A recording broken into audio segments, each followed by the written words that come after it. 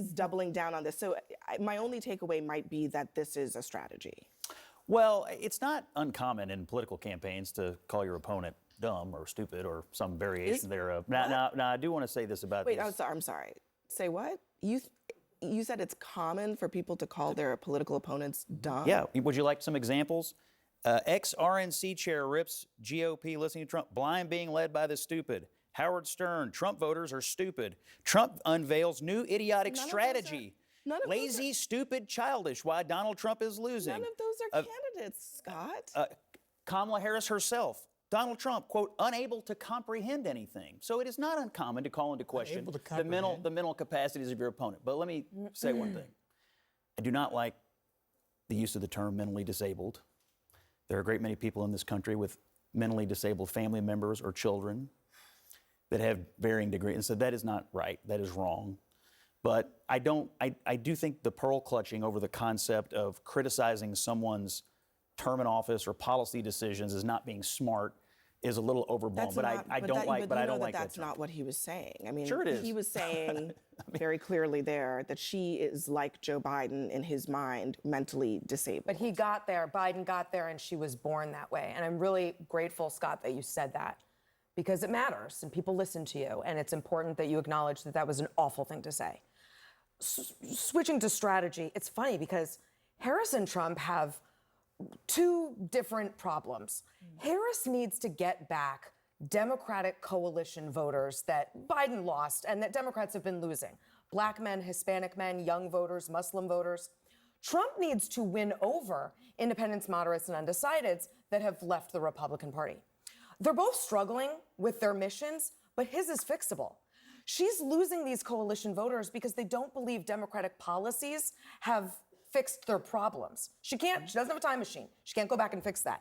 He can stop the rhetoric that is turning off the very voters he needs to get. It's a fixable problem, but he won't do doing it. In fact, is doubling down. I disagree with what Esty said. I don't think that this is not a fixable problem for Kamala Harris. And actually, she's got the momentum on her side and enthusiasm on her side as well.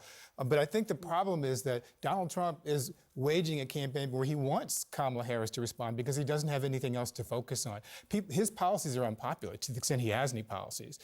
He doesn't have a solution for inflation. He doesn't have a solution for jobs. We lost 3 million jobs when he was president. He doesn't have a solution for health care. He has concepts of a health care plan. He doesn't have a solution for education. He wants to eliminate the Department of Education. He doesn't have a solution for housing. Kamala Harris has a housing policy. And so Donald Trump wants to create these distractions. Let's talk about Haitian immigrants. Let's talk about Kamala Harris just turned black. Let's talk about the Congo releasing inmates into the United States because he knows that these dog whistles are what appeals to his base. He doesn't have anything else to give them because the bread and butter solutions are not popular. So I agree with Scott. I agree with his assessment. I think talking about mentally impaired is not the way you should go.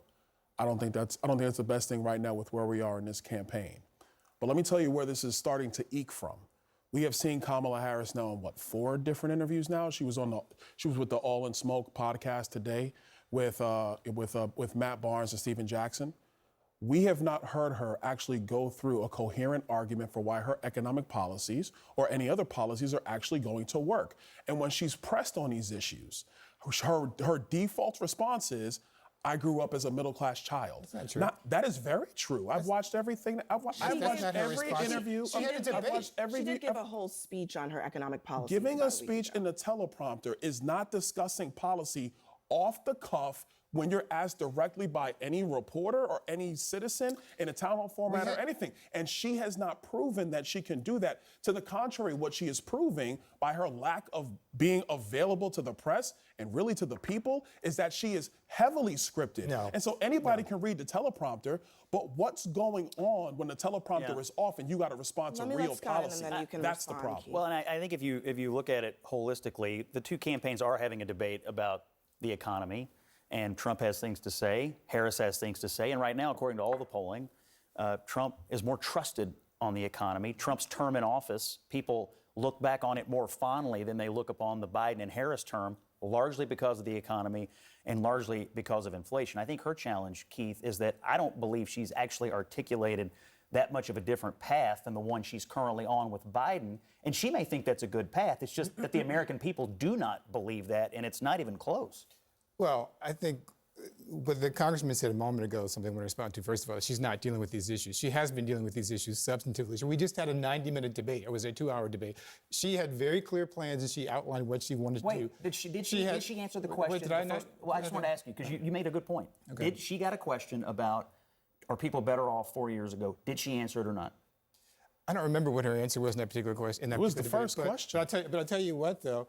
People are better off than they were 4 years ago because you know what? We were losing jobs at this point. We were millions of people did not have jobs 4 years ago at this time. Millions of people were still stuck in their homes 4 years ago because of this month. We had a crisis 4 years ago we do not have now, and that's what we forget to talk about. But just going back to what he said, Kamala Harris has been vice president for 4 years. She's been talking about these issues for a long time. Maybe because people haven't been paying attention doesn't mean that she hasn't been dealing with them. But she's been very substantive. Meanwhile, Trump is out here talking about concepts of a plan for health care. This guy has been running for president since 1999 when he ran on the Reform Party. He's run 4 times. He still doesn't have. He only has concepts of a plan for health care. Concepts The of a other plan. thing about Donald And Trump, child care is child care.